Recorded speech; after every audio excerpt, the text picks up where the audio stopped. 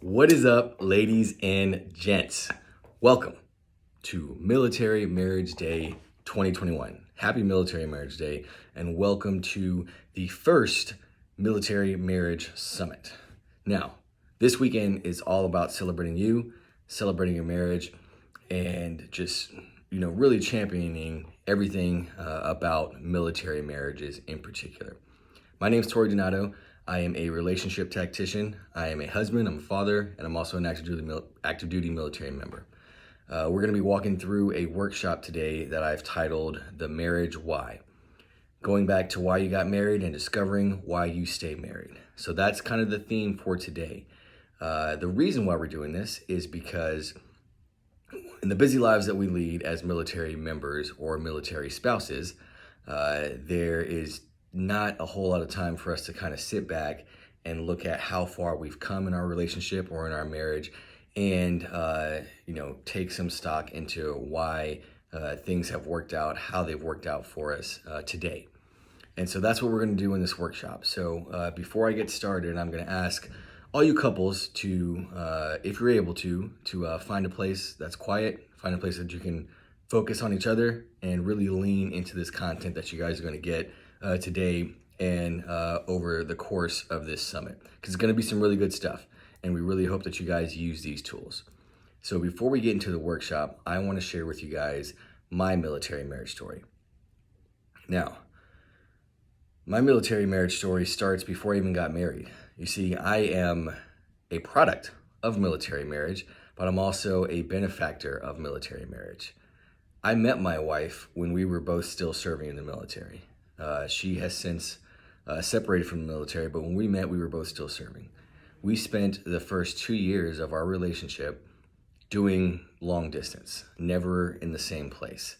But right away after I met my wife, I knew very early on, and I even told my mom this, that I'm going to marry that girl. And sure enough, we were married in August of 2015, actually August 13th of 2015. So this is our anniversary. Happy anniversary, baby. I love you. And we've got 4 beautiful children. But just like any relationship, just like any person who's ever served in the military or any just marriage in general, it hasn't been without its challenges. It hasn't been without its ups and downs. We've had deployments, more TDYs than we care to count. PCSs, moves to locations that we absolutely hate. We've yet to get to a place that we really, really love. My wife separated, made the decision to be a stay-at-home mom for the career choice. We went through a miscarriage that ended up causing my wife to go through a bout of depression, and really affected me as well and our children. And all sorts of other stuff, that doesn't even come to mind right now. But I say all that to say this. Even though we've gone through all those different challenges, all those different trials, all those different heartbreaks, we are happier than ever. And I think that's something that can be said for any military marriage. Just because the military has its fair share of challenges that come along with it, does not mean that you can't be happy and fulfilled in your military marriage.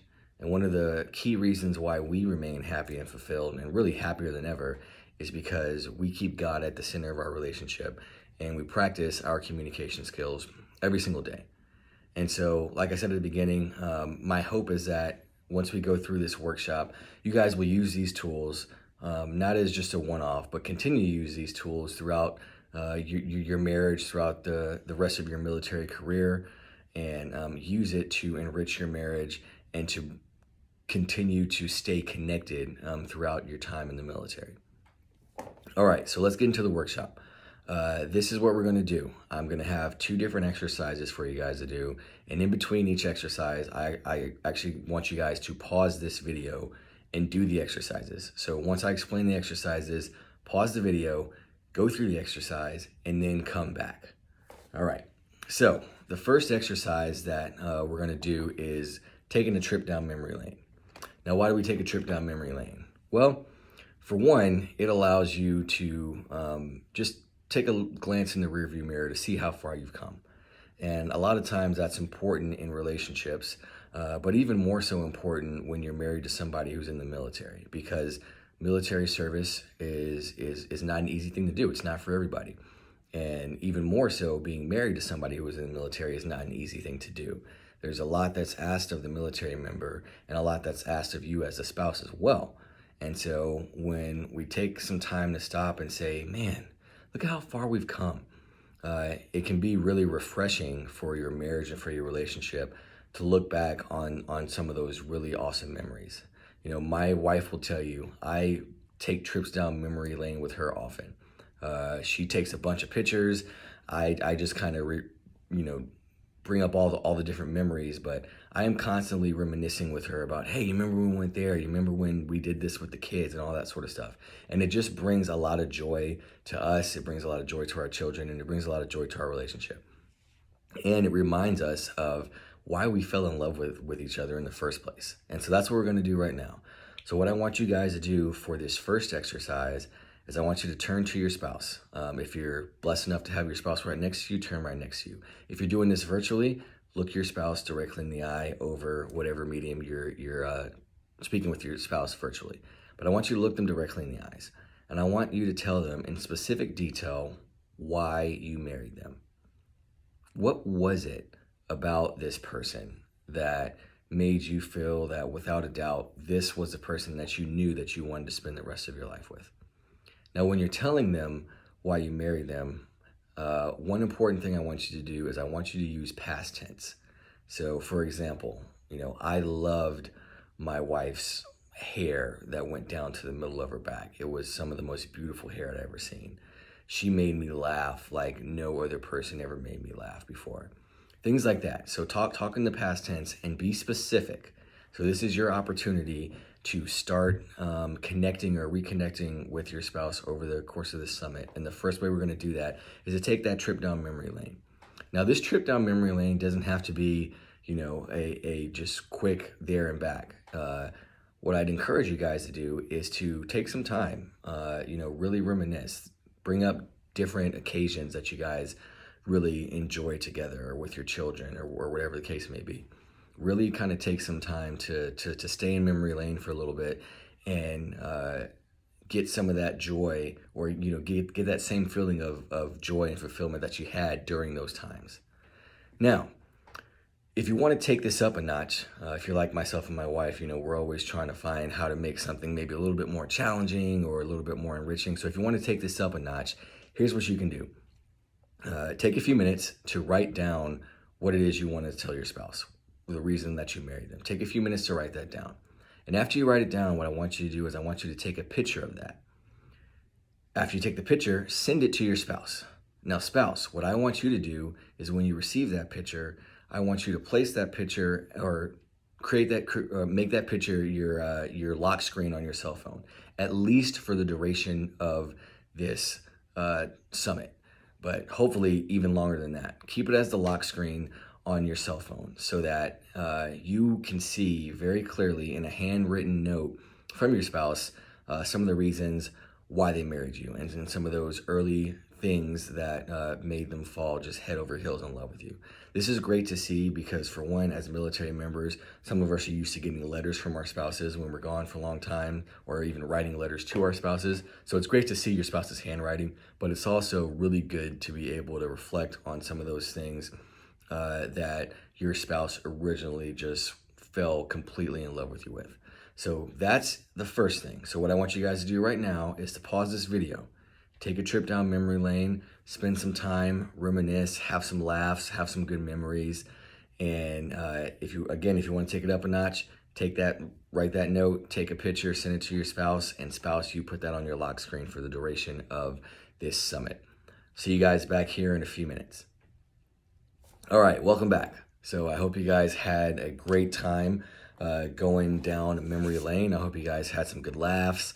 And we're really able to kind of relive some of those moments that you guys have spent together, either as couples or with your family. Now, before we transition to the second piece of this workshop, it's important to kind of really shed some light on just how special military marriages are. And so what I did is I went to social media like any good researcher, and I asked people questions about what it was like to be married to somebody in the military. And the question that I posed to them was, being married to somebody in the military is fill in the blank. And so what I'm going to do, I'm going to read some of the more popular responses that I got from social media. So the first one, being married to somebody in the military is a hurricane lifestyle. This is one of my favorite ones, a hurricane lifestyle. Being married to somebody in the military, it's chaos covered in compromise and understanding, wrapped in nervousness and love. Now that's just awesome. It's stressful, but it's wonderful.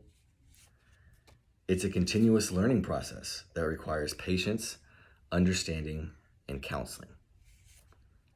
It's new, it's exciting, it's annoying, balanced, love, confusing, it's joy, it's fun, it's different, it's constant change. It is an experience. Yes, it is. It's being happy, sad, scared, lonely at times. It's meeting new people and making lifelong friends that become your family members. Being married to somebody in the military is what you make it. That is 100% true. Dual military is hard, but it's an incredible ride together. Could not agree more. Shouts out to those of you who were dual military married. It's a partner that understands. Different services is hard, but worth it. Even more so. Absolutely. It's a beautiful life that I never would have chosen, but I'm so blessed to live. This might be my favorite one. And lastly, it's demanding and unpredictable. So, as you guys can see, there is no shortage of words or phrases that we could use to describe what it's like being married to somebody in the military. But if I had to boil it down to 3 words, I would use these 3.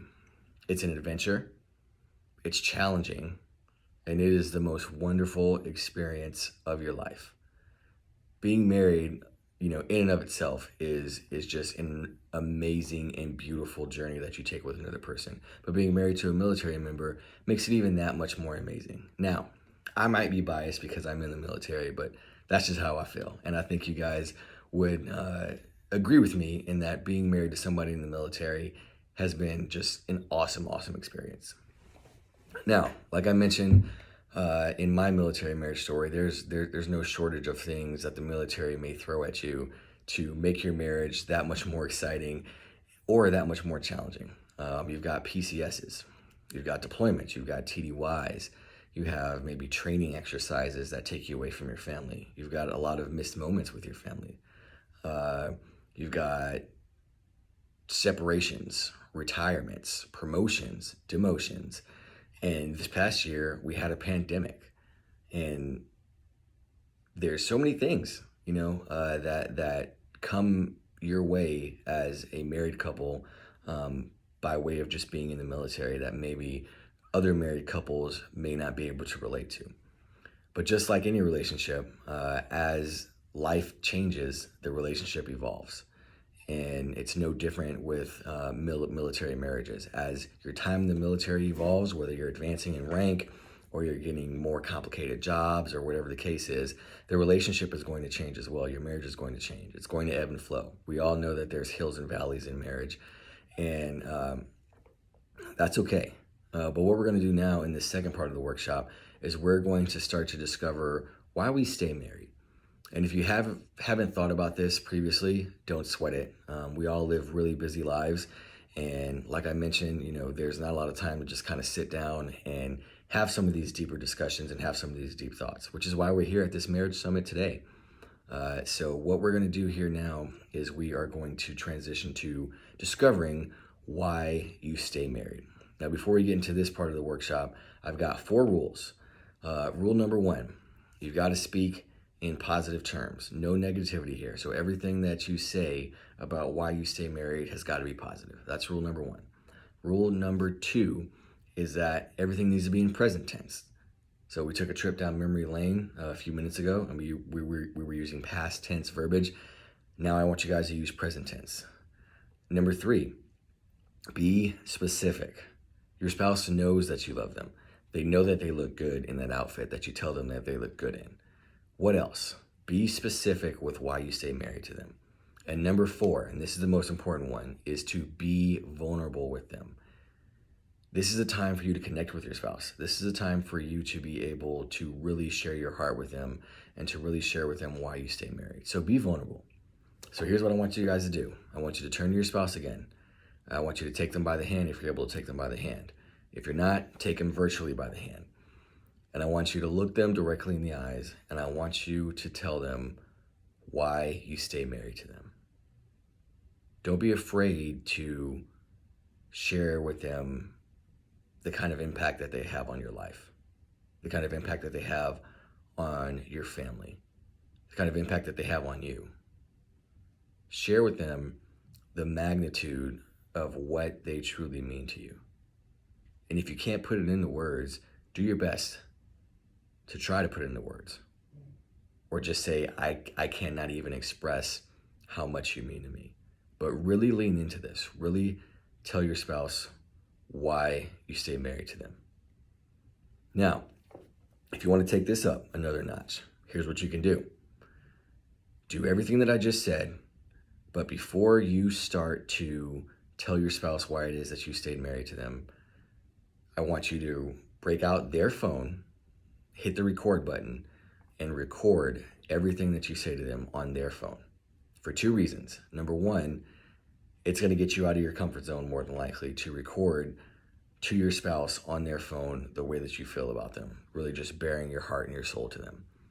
But number 2, and more importantly, it's going to give your spouse the ability whenever they want to be able to hear your voice, to be able to hear the sincerity in your voice when you tell them just how much you love them, just how much they mean to you, the impact that they have on you and your family.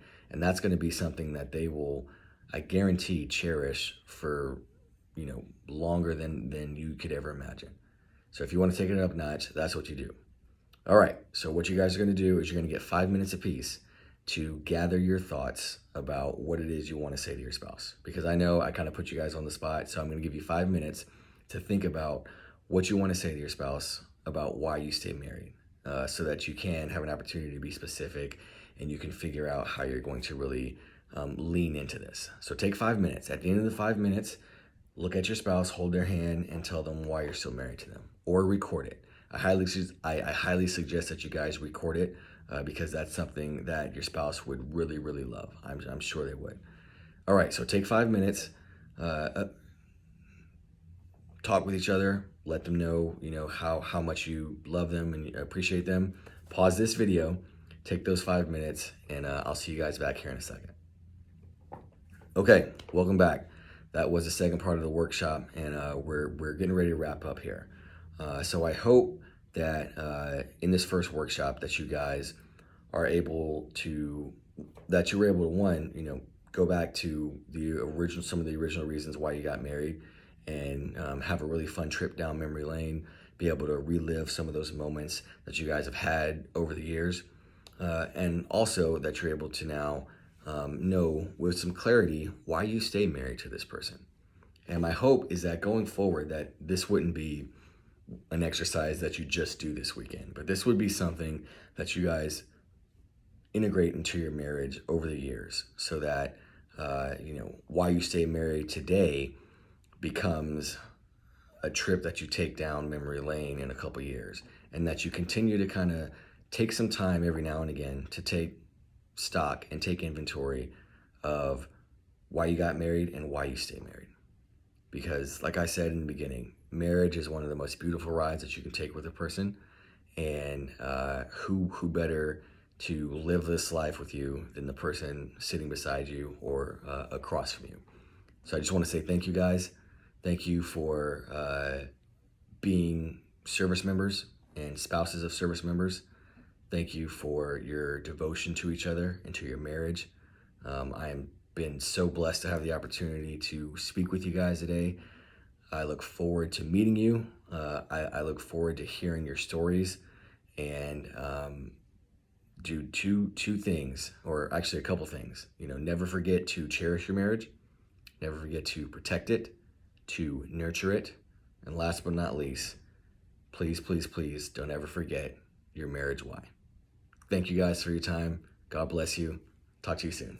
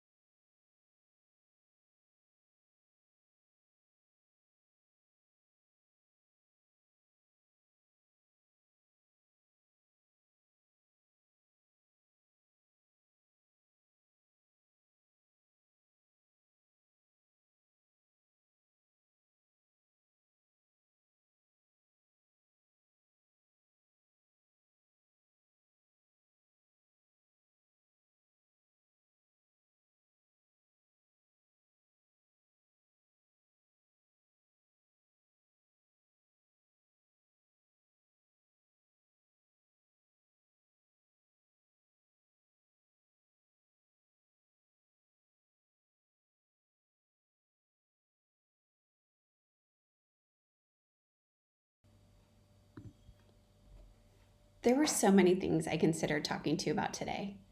Sex and intimacy is a pretty broad topic. So I thought about this year's theme of connection and really contemplated what message can I give these couples? What can I offer that will deepen their relationship with their partner? And then it came to me. Disconnection.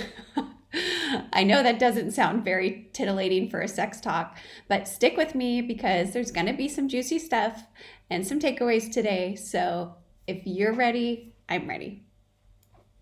When I worked with couples, they usually came to me because of some sex-related issue. Husband is frequently watching porn, wife cheated on her spouse, a sexless marriage. They came to me with a sex-related problem. But as I often see with my clients still today, the presenting problem isn't actually the problem. I'll share an example. I had a couple come in, and the first thing the husband says to me is, I walked in the house one day this week and I asked my wife, what was for dinner? Harmless, right? And do you know what she did? She totally freaked out on me. I remember looking over at his wife, who was sitting there, still crossed-armed, fuming. I smiled slightly because I'd seen this situation countless times before. I said to her, it's not about his question, is it? Almost instantly, her shoulders relaxed and tears began to stream down her face. The anger began to melt. No, she replied softly, it's not. I told her, you're right, it's not. Tell him what it's about. She looked at him as he turned to her and said, I don't feel appreciated. I don't feel like you see me or all the things that I do around the house. I feel like you just expect me to cook and clean and take care of the kids, and that's all I'm good for. Her ability to be honest with herself and her spouse in this situation showed the underlying issue, a disconnection. She was feeling disconnected from her spouse, but because she hadn't taken the time to initially embrace this awareness, she reacted to what was happening on that surface. The final straw, the what was for dinner question, that tipped her over. What most therapists and individuals miss is that she's not just disconnected from her spouse. She's also disconnected from herself. This is really common in marriage. The merging of two individuals into one entity, usually one spouse, typically the one that works full-time outside of the home, emerges as the dominant. Their schedule, their needs, their agenda takes precedent. The other spouse, including their needs and desires, typically takes a back seat. And when you feel like the leftovers, you don't feel very sexy. Now, this isn't about blaming or finger pointing or not appreciating the spouse that works full-time versus the spouse that stays at home. Not at all. It's just about understanding how many marriages end up. It's not good or bad, it just is. And if this setup works for you, fantastic. But I work with a lot of individuals where this doesn't work, and it's led to years of resentment and frustration. So I'd like you to consider, is there a dominant or primary spouse whose work and needs feels like it takes precedent? Sometimes we've never had that opportunity to really consider this. We just get swept up into these lives and fit into these roles that we don't actually want. So if you answered yes, that, yep, there's a primary spouse and our world revolves around them, I want you to then ask yourself, how do you feel about it? And maybe you are the primary spouse that your family's world revolves around. I want you to take the moment to really consider, how do I feel about that? How can I bring awareness to my spouse's needs that maybe they've shifted over the years? Maybe this isn't what they wanted. What I want you to do is to close your eyes and take a deep breath in and really tune in to where you feel it and sense it in your body. Our body is full of so much wisdom if we just take the time to look within. When we take an honest inventory, it allows us to take many necessary changes. But Awareness is step number one. If you feel great about the setup of your family, that is seriously awesome. And if you don't, explore what that's about. What are you needing or wanting that you're not getting because of your spouse's schedule and work? You might be wondering, what in the world does this have to do with sex? Great question. Remember those couples that came to me, the ones with the various problems? Remember, shared with those? They came to me with a sex problem, but sex wasn't the problem. The disconnect was the problem. The sex, that was the symptom. Could I treat the symptom? Here, have some sex, schedule sex, have sex every day. Of course. But then I'd be just putting a Band-Aid on a gaping wound that desperately needed attention and treatment. So often my clients feel disconnected despite having a house full of kids, an active social life, and a spouse that loves them deeply. When we feel disconnected, we withdraw, isolate, and find unhealthy ways to numb ourselves. And we continue to perpetuate that cycle because we feel so alone. So what's the answer? Connection, of course, but not with another person. Of course, yes, eventually, but first, it's with ourselves. See, I can tell you to do all the affirmations in the world, to buy the lingerie, to schedule a sexcapade weekend. And don't get me wrong, those things are super fun, but they are temporary solutions. The real work, where the real transformation occurs, where most marriages unfortunately never go, is at this deeper level. I want you to understand why this is important, because you cannot fully connect with another if you are not first connected with yourself. Let me say that again. If you are not fully connected with yourself, you cannot fully connect with the ones that you love, including your spouse. So you'll continue to go through the motions of sex. You may get some orgasms here and there, but those will feel like the exception and not the rule. Sex and intimacy will feel like just another thing on your to-do list. I'm a big fan of homework and takeaways, not busy work, transforming work. When you take the time to bring awareness and consider ways to improve or upgrade, incredible things begin to happen. So, here are some things to consider to foster a connection with yourself. What do I like? What's my favorite meal or my favorite flower? I see this a lot of times when the spouse stays at home and they're taking care of everybody else and they're putting everybody's needs before them. They forget who they are and what they're made up of and what they enjoy. So find ways to connect. What do I like? What do I do in free time? What is free time? Consider what lights you up, what brings you joy. Confidence is sexy. Feeling confident results in feeling sexy. No one wants to have sex with someone who feels like a schlub. Raise your energy.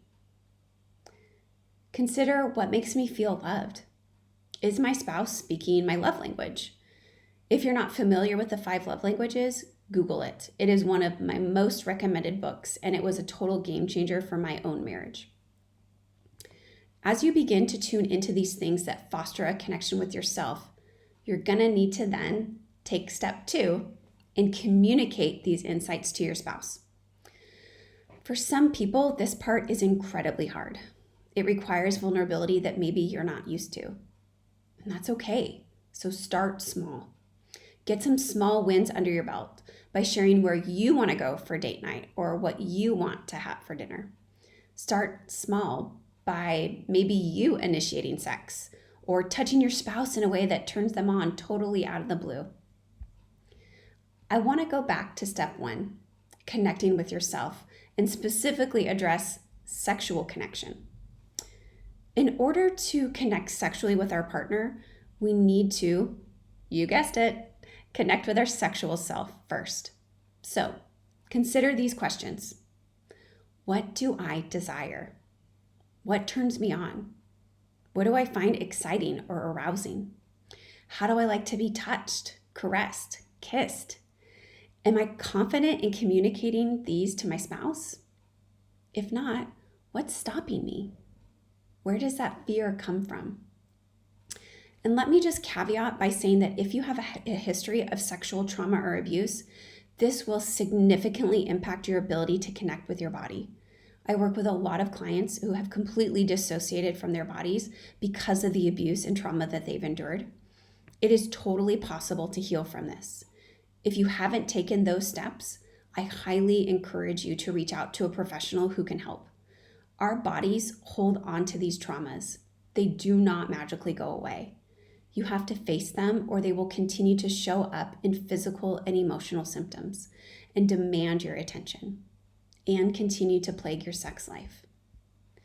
If you are dealing with body image issues, sexual shame, or guilt, these are all going to show up in some way and affect sex with your spouse.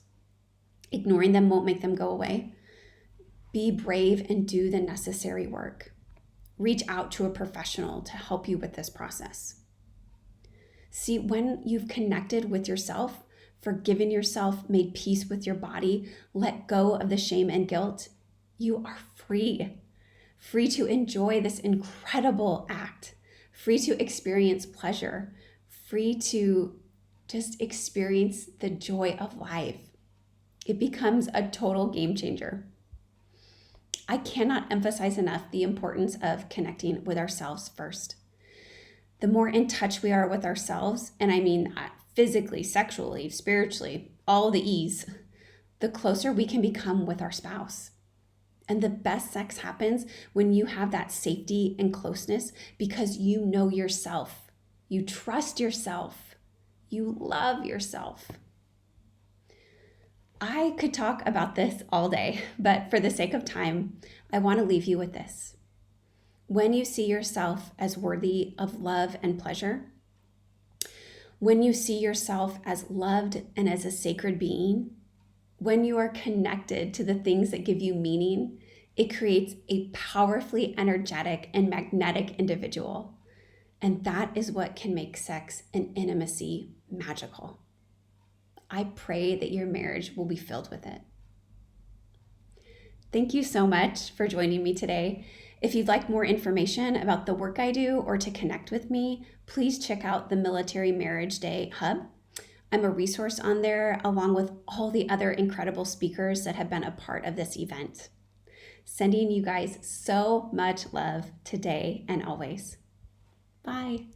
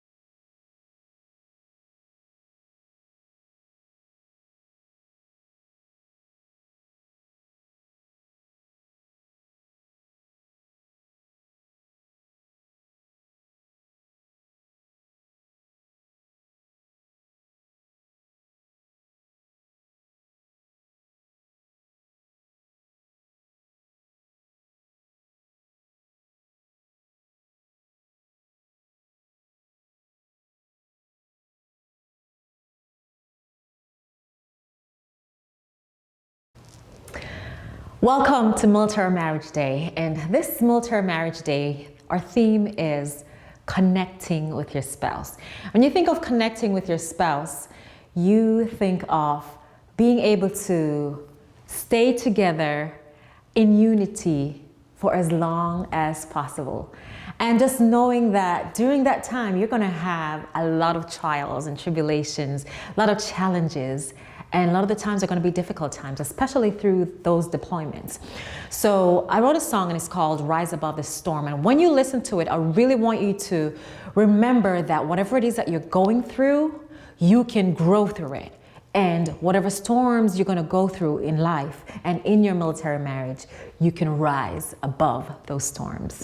Here's Rise Above the Storm. Are you hurting? Are you searching? Do you need healing and discerning? There's an answer to your questions hidden in the dark. Are you reeling from the trauma you can't run from any longer? There's an answer here together, looking to the stars. We will win this fight together. We don't walk this road alone. We will conquer through whatever. We will rise above the storm. You get stronger when you let go of the armor that you held close. You've got an army of champions on your battlefield. We will win this fight together. We don't walk this road alone. We will conquer through whatever. We will rise above the storm. Let it rain, let it rain. We're not going anywhere but higher up from here. Let it rain, let it rain. We will rise above the storm.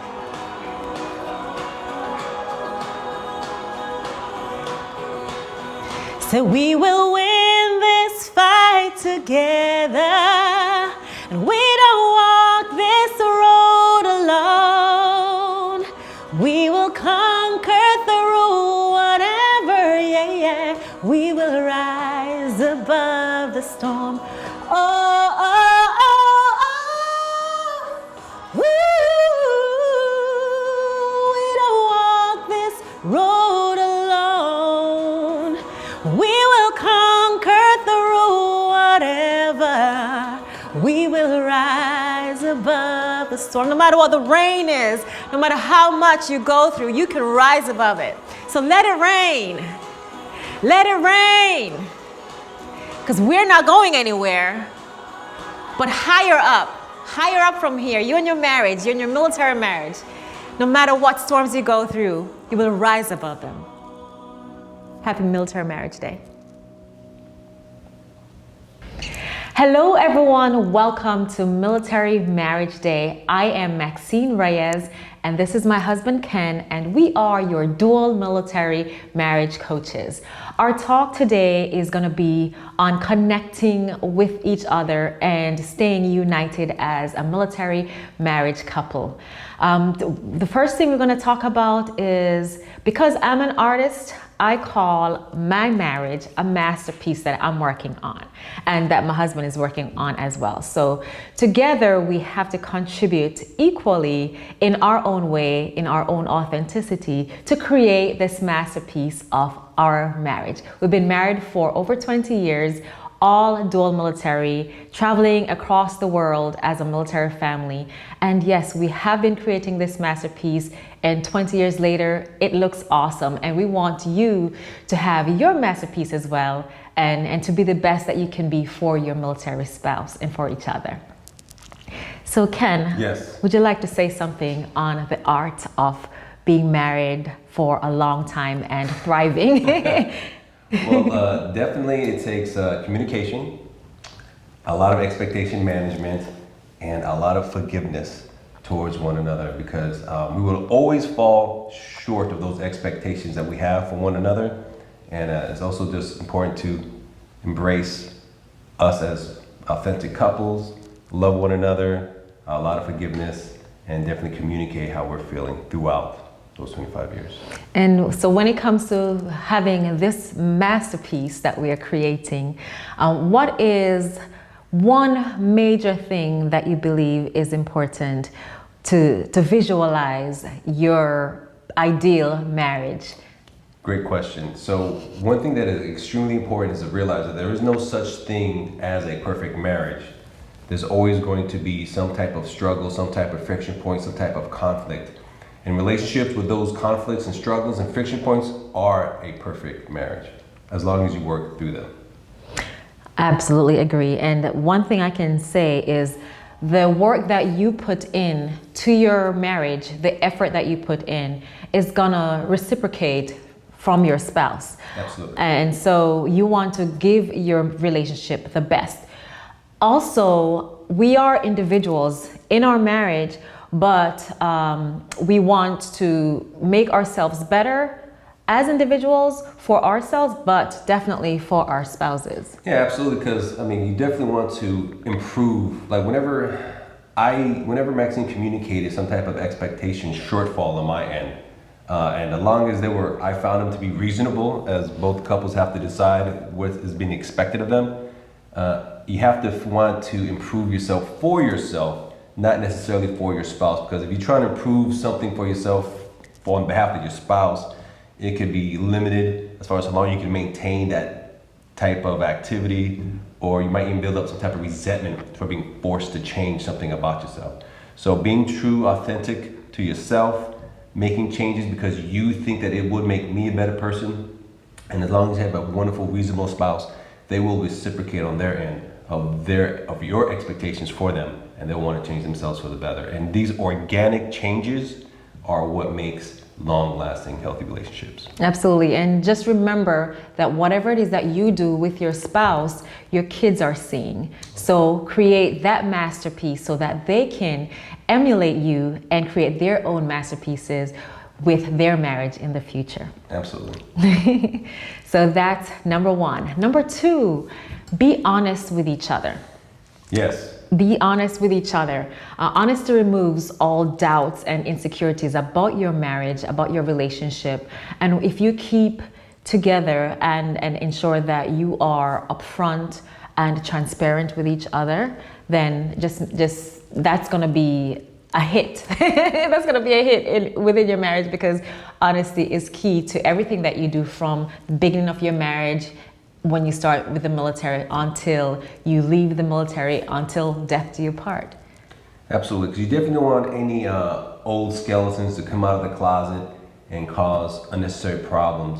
When chances are, they say the truth does not get better with time, or bad news does not get better with time, and the truth shall set you free. All these gimmicks I'm throwing out, the cliches, but there's a lot of truth and wisdom to those old-fashioned sayings. So definitely be honest, because the sooner you confront the problem, the sooner you can find resolution and not have to worry about second and third order effects festering and causing even more problems. Because if you're holding on to a lie and trying to cover that lie, so many other complications can happen, just how you respond emotionally. And just, there's not enough time in the segment to get too deep into it, but trust me, tackling the truth as it presents itself is always the best option. And having the topic as connecting or connectivity with your spouse, you cannot truly connect on a spiritual level if you are not honest with each other. So keep that in mind, that everything that you do honestly affects your marriage and your relationship for the long term. For example, there's a hair that's, I know you'd be mad if I never got it for you. There you go. Sorry. Thank you. All right, guys. So we're going to go on to the third key, I would say, is make kissing cool again. Make kissing cool again. And the reason why I say this is because his favorite part. Whenever we're around, we're just hanging out in the house, and my husband comes and plants a kiss on my cheek or on my lips. It just really brings me alive, and he does the same thing to him. And that's one way that we stay connected. And so the advice from me and from us to you is really, when your spouse is at work, nowadays we use technology to our advantage. So send a text message with a kiss or a nice little note. FaceTime each other just for that moment if your spouse is not home, to plant that kiss on you to keep that connection with connectivity with kissing. So I say that's my advice to you, and I'm definitely going to give hubby one right now. Absolutely. Yeah, but definitely men on the dual military spouse side, both couples can get so caught up in that military mission where we're spending long hours away. And it does, I used to remember just being late at my office, and then my phone would vibrate, and then I'll just get a little missing you, love you. And those things really just did give me that extra little motivation to hurry up and get out of there and come home to my lovely spouse. But it does make a difference when you let people know that you love them and you care for them. I'm glad you wiped that off, because I don't think I would like you if you don't with believe lipstick me, on. Ask your mom. If you haven't called your mom in a while, she'll tell you, yeah, it matters. Yeah, absolutely. And so another way that we stay connected is really getting fit together. Yes. I know with the military, it's a part of our jobs as active duty military members to stay fit. But for those who are watching and those who have left the military already and are veterans, you can still stay fit. And really, with that time we get to stay fit together, it's another way of connecting with each other. All right, what do you have to say about that? Oh, well, man, being physically fit affects the relationship on so many levels. It affects our physical health, affects our mental health, affects our physical attraction towards one another.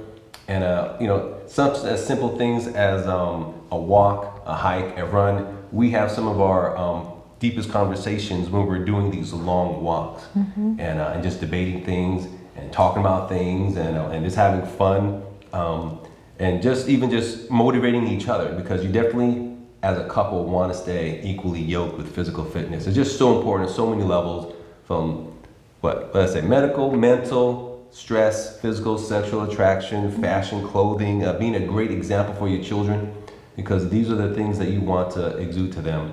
And most importantly, we want to live off these military retirements as long as we can. And honestly, it really makes you feel good, just working out, and it just gives you some time to have that time together. We talk a lot on our walks and our runs. Yeah. So that's a big thing. And the final thing I would say is explore the US or the world together. With each other. So we take a lot of time planning our vacations. Like, as soon as we're done with one vacation, we're on to planning the next. We just took a vacation. Yes. Thank God we're blessed with that opportunity to be able to take vacations. And as soon as we came back, we started looking at where else we want to go, and that's already scheduled. So it's a blessing with having that and being able to do that with each other and with our daughter. So definitely be adventurous with each other. Plan your vacations together. Plan, and if you're not able to afford it for the short term, like in the near term, do local staycations, because we do that as well. Yeah, because one of our favorite things to do is to eat when we're on vacation. And so there are, depending on your city, whatever you live at, there's most likely there's so many nice restaurants nearby that you haven't tried yet. So if you're going to dedicate funds to actual travel and hotel stay, mm-hmm. Imagine just eating in your local areas, all these different places that you've always wanted to. So if you dedicate this funding for a staycation, you can actually just enjoy all kinds of food and local activities. Mm-hmm. And we're blessed to be living in the state of Florida, so we have a lot of things that we're able to do here up and down the state. But we've lived across America as well in different states, and there's always something nearby for you to do with your family, no matter where you're stationed, especially for those of you who are overseas as well. So do your best to follow those tips. Stay connected with your spouse and watch the rest of this week because it's going to be amazing with all the speakers. Learn from each other and reach out to us anytime that you need us, okay? We are on social media and those links will be posted within this week and on the website as well. So take care, guys. Take care of each other. And remember to do all things with love, courage, grace, and gratitude. Bye.